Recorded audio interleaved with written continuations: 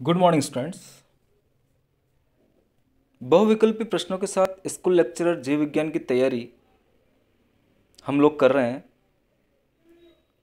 और आगे के वीडियो में मैं दूसरा टॉपिक बायोडायवर्सिटी जैव विविधता लेने वाला हूं और उसके भाग 1 में कुछ इम्पोर्टेंट बहुविकल्पी एमसीक्यूएस मैं डिस्कस करने वाला हूं। तो आइए स्टूडेंट्स हम शुरू करते हैं स्कूल लेक्चरर जीव विज्ञान की तैयारी बहुविकल्पी प्रश्नों के साथ। और टॉपिक है हमारा जैव विविधता भाग 1। क्वेश्चन नंबर फर्स्ट है हमारे पास, पृथ्वी के समस्त आवासों में पाए जाने वाले समस्त सजीवों को कहा जाता है। ऑप्शन ए है फ्लोरा कहा जाता है, ऑप्शन बी है फोना कहा जाता है, ऑप्शन सी है जैव विविधता कहा जाता है या सभी कहा जाता है। तो जैव विविधता की परिभाषा से ये प्रश्न है और आप डायरेक्ट यहाँ पर आंसर लगाएंगे स्टूडेंट्स। जैव विविधता पृथ्वी के समस्त आवासों में पाए जाने वाले समस्त सजीवों को हम जैव विविधता के नाम से जानते हैं। एक विशेष जगह के समस्त पादपों को फ्लोरा कहते हैं और एक विशेष जगह के समस्त एनिमल्स को या जानवरों को हम फोना कहेंगे, प्राणियों को हम फोना कहेंगे। तो बिल्कुल फ्लोरा और फोना का मतलब भी आप समझेंगे। क्वेश्चन नंबर 2 है हमारे पास, जैविक विविधता शब्द, बायोलॉजिकल डाइवर्सिटी शब्द सबसे पहले किसने दिया। ऑप्शन ए है ई नॉर्स ने, ऑप्शन बी है आई ई मैकमैनस ने, ऑप्शन सी है वाल्टर जी रोजन ने, डी है सभी ने और ई है ए व बी दोनों ने। तो यहाँ पर आपका आंसर हो जाएगा ई नॉर्स और आई ई मैकमैनस ने सबसे पहले जैविक विविधता शब्द का प्रयोग किया था, जिसे हम बायोलॉजिकल डाइवर्सिटी भी कहते हैं। जबकि वाल्टर जी रोजन ने जैव विविधता शब्द दिया था। ये भी आप याद रखेंगे, बहुत ही इंपॉर्टेंट प्रश्न है कि बायोडाइवर्सिटी शब्द का प्रयोग सबसे पहले किसने किया था। तो वाल्टर जी रोजन ने किया था या इन्होंने यह शब्द दिया था। क्वेश्चन नंबर 3 की हम बात करते हैं, अभी तक कितनी जातियों को उल्लेखित किया जा चुका है। तो बहुत ही अच्छा प्रश्न है। अभी तक लगभग 1.7 टू 1.8 मिलियन जातियों को उल्लेखित किया जा चुका है। और रॉबर्ट में एक प्रकृति शास्त्री है, इनके अनुसार जो कुल जातियों की संख्या है वो 7 मिलियन या 70 लाख के लगभग है। ये भी आप याद रखेंगे। क्वेश्चन नंबर 4 की हम बात करते हैं, भारत की वैश्विक जातीय विविधता का प्रतिशत कितना है। तो भारत की वैश्विक जातीय विविधता का प्रतिशत 8.1% है। तो आंसर आपका 8% हो जाएगा। और भारत की भूमि का जो क्षेत्र है वो पूरे संसार का 2.4% है और वैश्विक जातीय विविधता 8.1% हो जाएगी। तो बिल्कुल आपको डायरेक्टली ये प्रश्न याद रखना है। क्वेश्चन नंबर 5 की हम बात करते हैं। देखिए, संपूर्ण जातियों का 70% कौन सा जातीय वर्ग बनाता है, यानी इस संसार में सबसे ज़्यादा जातियाँ कौन से वर्ग की मिलती है। तो कीट वर्ग की, इंसेक्ट वर्ग की जातियाँ संसार में सबसे ज़्यादा मिलेगी, क्योंकि जंतुओं में कीट वर्ग जो है वो सबसे समृद्ध जातीय वर्ग है। पृथ्वी पर जीवन की उत्पत्ति कितने वर्ष पूर्व हुई। यह प्रश्न कितनी बार आरपीएससी के एग्जामिनेशन में भी पूछा जा चुका है, नीट एग्जामिनेशन में भी पूछा जा चुका है।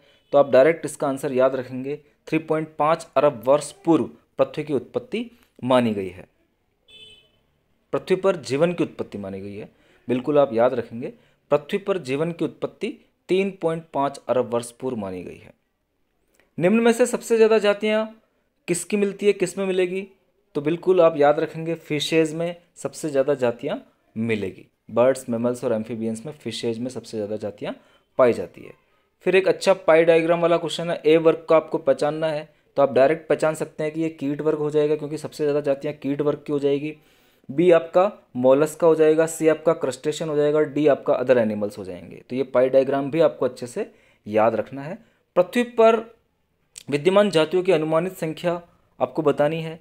तो जो अनुमानित संख्या है डियर स्टूडेंट्स, आप देखेंगे 5 मिलियन से 50 मिलियन अनुमानित की गई है।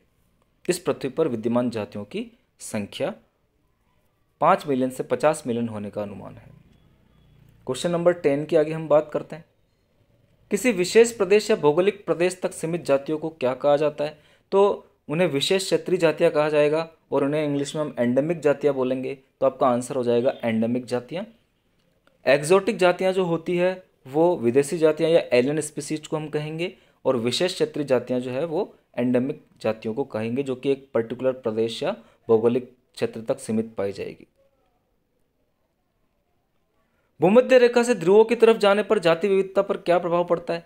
तो बिल्कुल आप याद रखेंगे, जब आप भूमध्य रेखा या विषुवत रेखा से ध्रुवों की तरफ जाएंगे तो जाति की विविधता या जैव विविधता कम होती चली जाएगी। यानी भूमध्य रेखा पर ज़्यादा जैव विविधता मिलती है और ध्रुवों की तरफ जैव विविधता कम होती जाएगी। इसी प्रश्न को यदि हम उल्टा कर दें कि ध्रुवों से भूमध्य रेखा की तरफ हम चलेंगे तो जैव विविधता पर क्या प्रभाव पड़ेगा, तब ये अधिक होती जाएगी, जैव विविधता बढ़ती जाएगी। क्वेश्चन नंबर 12 की हम बात करते हैं। फिर से एक इंपॉर्टेंट प्रश्न है, भारत का राष्ट्रीय जलीय प्राणी कौन सा है? और इस क्वेश्चन को भी आरपीएससी ने कितने ही एग्जामिनेशन में पूछा हुआ है। तो इसका आंसर हो जाएगा गंगा की डॉल्फिन। गंगा नदी में रहने वाली डॉल्फिन जो भारत का राष्ट्रीय जलीय जंतु है। यह स्तनधारी प्राणी गंगा नदी की शुद्धता का प्रतीक है, क्योंकि यह केवल स्वच्छ जल में ही रह सकती है। और इसका जैव वैज्ञानिक नाम बहुत इंपॉर्टेंट है, प्लाटेनिस्टा गांगेटिका। तो प्लाटेनिस्टा के नाम से भी आपसे क्वेश्चन किया जा सकता है। क्वेश्चन नंबर 13 आप देखिए, वैश्विक जैव विविधता में किसकी जातियों की अधिकतम संख्या है? तो आपको ऑप्शन ए लाइकेन दे रखा है, ऑप्शन बी कवक दे रखा है, फिर सी मॉस और फर्ण दे रखा है, डी शैवाल दे रखा है। तो आप याद रखेंगे कवकों की जो जातियां हैं वो सबसे सर्वाधिक है। कवक जातियों की संख्या मत्स्य, उभयचर, सरीसृप तथा स्तनधारियों की संयुक्त संख्या से भी अधिक है। यानी अगर आप फिशीज, पिसीज, एम्फीबियंस, रेप्टिलिया और मैमलिया को मिला दें तो इनकी जातियों से भी अधिक जातियां कवक वर्ग में पाई जाएगी। क्वेश्चन नंबर 14 की आगे हम बात करते हैं, जैव विविधता विलुप्ति का सबसे प्रमुख कारण है। तो डायरेक्ट आपको याद रखना है आवास हानि और खंडन, विखंडन, आवासों का विखंडन जैव विविधता विलुप्ति का सबसे प्रमुख कारण माना गया है। इसके अलावा भी दूसरे कारण भी है, लेकिन आवास हानि और खंडन सबसे प्रमुख कारण है। कौन सा संगठन जातियों की लाल सूची, रेड डाटा लिस्ट प्रकाशित करता है? तो आप लोगों को पता होना चाहिए, IUCN, international union for conservation of nature and natural resources, जिसकी फुल फॉर्म हो जाएगी international union of conservation of nature and natural resources. बिल्कुल आप याद रखेंगे, IUCN ये रेड डाटा बुक पब्लिश करता है। एक जाति जो निकट भविष्य में विलोपन के उच्च जोखिम की चरमता पर सामना कर रही है, यानी निकट भविष्य में विलुप्त हो जाएगी, तो उसे क्या कहा जाएगा? तो उसे हम क्रिटिकल इंडेंजर्ड कहेंगे या क्रांतिक संकटापन्न जाति बोलेंगे। बाह्य स्थाने का एक उदाहरण कौन सा है? बाह्य स्थाने संरक्षण। तो आप देखिए, राष्ट्रीय उद्यान स्वस्थाने का है, वन्य प्राणी अभ्यारण्य स्वस्थाने का है, पवित्र उपवन भी स्वस्थाने का है। तो आपका आंसर हो जाएगा बीज बैंक, वो बाह्य स्थाने का एक उदाहरण है। पवित्र उपवन विशेषतया किस संदर्भ में उपयोगी होते हैं? पर्यावरणीय जागरूकता पैदा करने में, मृदा अपरदन रोकने में, नदियों में वर्ष पर्यंत पानी का प्रवाह करने में, दुर्लभ एवं संकटापन्न जातियों के संरक्षण में। तो आपका आंसर हो जाएगा दुर्लभ तथा संकटापन्न जातियों के संरक्षण में पवित्र उपवन जो है वो उपयोगी होते हैं। भारत में निम्नलिखित में से कौन सा एक जैव विविधता का हॉटस्पॉट है?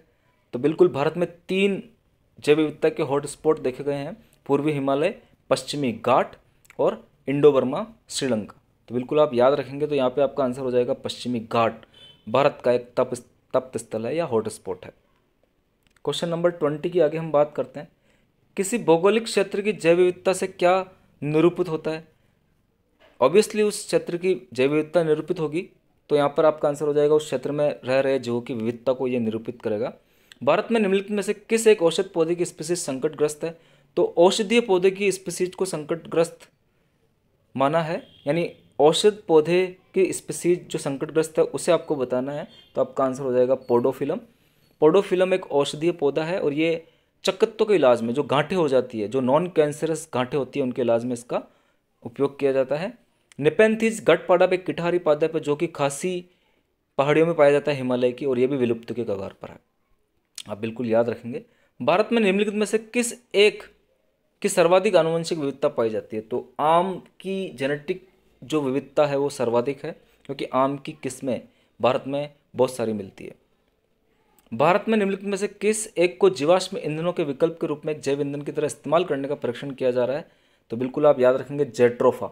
जेट्रोफा से बायो डीजल निकाला जा रहा है और फिर उसका इस्तेमाल जैव ईंधन के रूप में किया जा रहा है। भारतीय गैंडा प्राकृतिक रूप से किस भारतीय राज्य का निवासी है?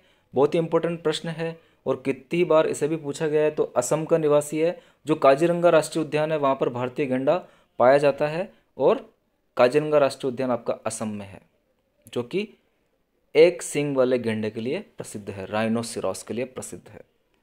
क्वेश्चन नंबर 25 की आगे हम बात करते हैं। निम्नलिखित में से किस एक राष्ट्रीय उपवन में बाघ एक निवासी नहीं है? जिम कॉर्बेट नेशनल पार्क जो उत्तरांचल में, वहाँ पर बाघ पाया जाता है। सुंदरवन में बाघ है, रणथंभौर में है। गिर गुजरात में शेर पाए जाते हैं। तो आपका आंसर हो जाएगा गिर गुजरात। जैव विविधता के तप्त स्थलों हॉट स्पॉट्स में कौन सा एक पहलू मौजूद नहीं होता है? स्थानिकता मौजूद होती है, त्वरित जाति हानि मौजूद होती है, निरंतर अंतरजातीय स्पर्धा नहीं होती है, जाति संपन्नता भी पाई जाती है। यानी वहाँ पर निरंतर अंतरजातीय, निम्नतर, निरंतर तो होगी लेकिन निम्नतर अंतरजातीय स्पर्धा नहीं पाई जाती, यानी अंतरजातीय स्पर्धा उच्चतर होती है। बिल्कुल आप अच्छे से इसे याद करेंगे। हॉटस्पॉट का कंसेप्ट देने वाले साइंटिस्ट कौन थे? तो अर्नस्ट मेयर आपके हो जाएंगे। हॉटस्पॉट का कंसेप्ट अर्नस्ट मेयर ने दिया था। सर्वाधिक जैव विविधता कहाँ पाई जाती है? तो उष्ण कटिबंधीय वर्षा वनों में सर्वाधिक जैव विविधता पाई जाती है। डायरेक्ट आपको याद रखना है। निम्नलिखित में से किस एक में क्वेरकस की जातियाँ एक प्रभावी घटक होती है? तो क्वेरकस जो एक पौधा है वो शीतोष्ण पर्णपाती वनों में मिलता है और इससे कॉर्क का उत्पादन किया जाता है। ये फैबेसी कुल का प्लांट है।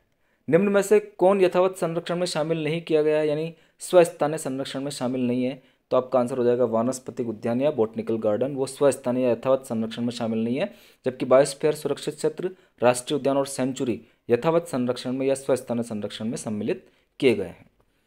तो डियर स्टूडेंट्स, देखिए ये 30 क्वेश्चंस भाग 1 में मैंने डिस्कस किए हैं या बताए हैं। आप लोग सारे प्रश्न नोट करके रख लीजिए और बार बार इन्हें रिवाइज कीजिए। आरपीएससी बिल्कुल बेस पर क्वेश्चन करती है। जो टॉपिक है उसके बेसिस पर ही आरपीएससी क्वेश्चन करेगी। तो आप लोगों का base in multiple choice question से अच्छा हो जाएगा, ऐसा मैं आशा करता हूँ। आगे और भी इस प्रकार के वीडियो प्राप्त करने के लिए आप मेरे चैनल को सब्सक्राइब कीजिए। धन्यवाद। थैंक्स।